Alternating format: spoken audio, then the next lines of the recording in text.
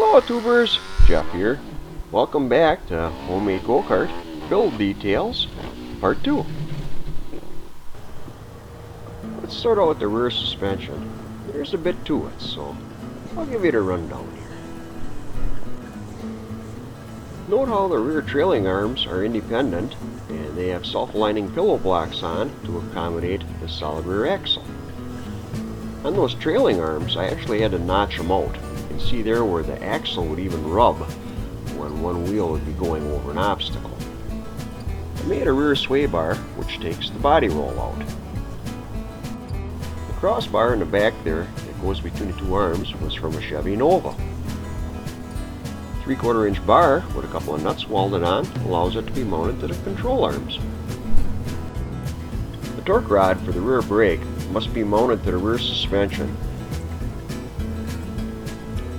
Never mounted to the chassis. You can see where I cut the frame out there too to accommodate that more. The master cylinder for the rear brake was actually pretty easy to set up. I used the master cylinder from the same motorcycle that I took that rear brake caliper from. You can see here the chain runs at a little bit of an angle, and that's never been a problem. Let's get the rear wheel off here so I can give you a better view of some other things I'd like to show you. The trailing arms have a 3/4 inch bar going through them, and they're held onto the chassis with a couple of pillow blocks. At a quick glance, you'd think them trailing irons were a chunk of channel iron. Well, they're not. They're 2 angle irons cut down more so in the front to obtain that wedge shape. And if you were wondering what that little offset was in the trailing arm there, originally they came straight back. When you drop the clutch, you get a big buck out of the back end of it.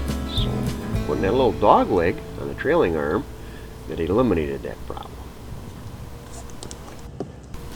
There's your shot of the chain tensioner for the final touch.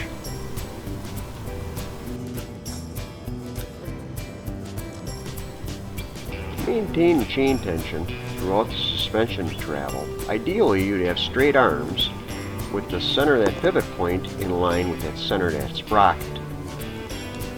Unfortunately, that's not an option, so just move the pillow blocks up and down to find the sweet spot and maintain the best possible chain tension throughout the suspension travel.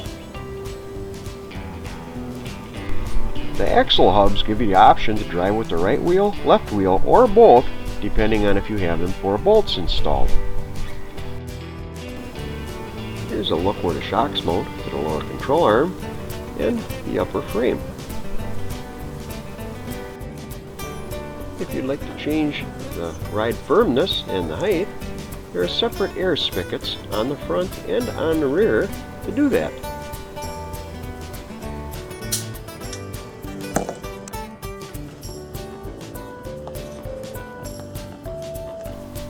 The front fill is right behind the headlight. Normally I run around 50 psi for the front and for the rear. Next up, we'll take a look at the front suspension. Got some bearing blocks here, set collar, a 3/4 inch shaft, the upper control arm, steering knuckle, and lower A-frame is off the 76 MG midget. I welded in shock mounts where the coil spring used to sit when that A-frame was used on the car. The MG parts donor car also had a front sway bar. Thought I'd put that to use too.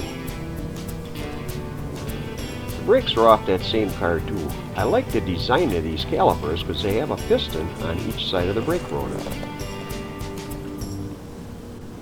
I did have to rebuild them a little while back. They were really starting to drag, but I think that's to be expected coming off of a 1976 car. And thought I'd put some new rubber brake hoses on right away, and them were from a Chevy truck. For the front brakes, originally I used the MG master cylinder. That was getting in need of replacement and was quite costly, so I fit in this 66 Chevy Impala one.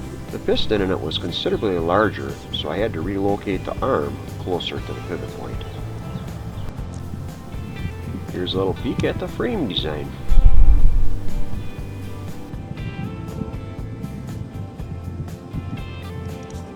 Hey tubers, also I'd like to show you how easy it is to make a set of these rear fenders.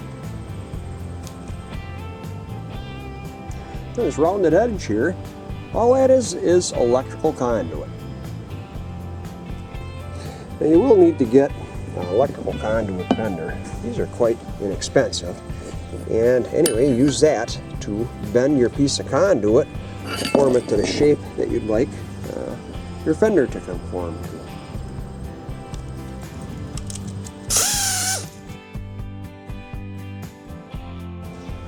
Once you got your conduit bent to the shape you want, and you got your slit in it, take your piece that you're going to mount to your vehicle, make an end cap for it, of course, and then you just tack weld your conduit onto the piece, tin here, some tack welds here and along here. And your fender will conform to however you bent the conduit. And then you take some urethane seam sealer, a nice bead along here and here, both sides, prime it and paint it, and you got yourself a fender. And I thought maybe you'd want to see the exhaust too. Nothing real special here, just a 2-into-1 pipe, and then these clamps here, them come off real easy, and you can pop them up or off and run open pipes if you want. These bolts here, 1/4 inch, they're just drilled and tapped into the frame, and a couple of quick brackets to hold them in place.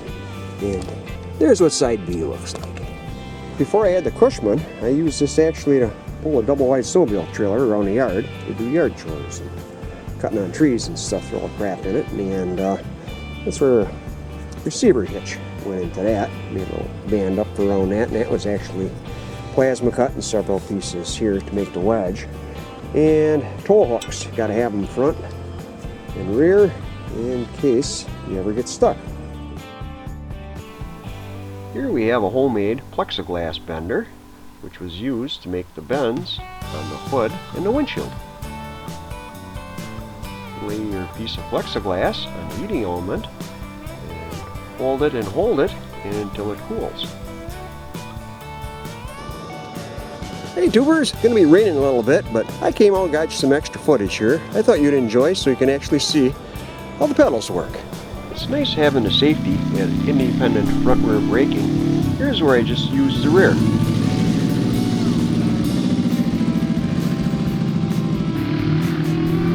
Gotta have a little more fun with that rear brake.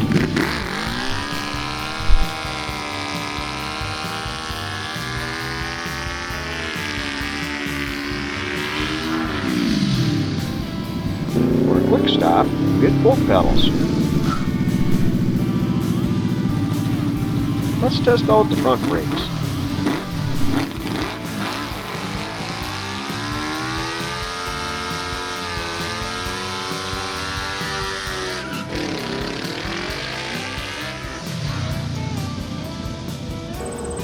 Hey doers!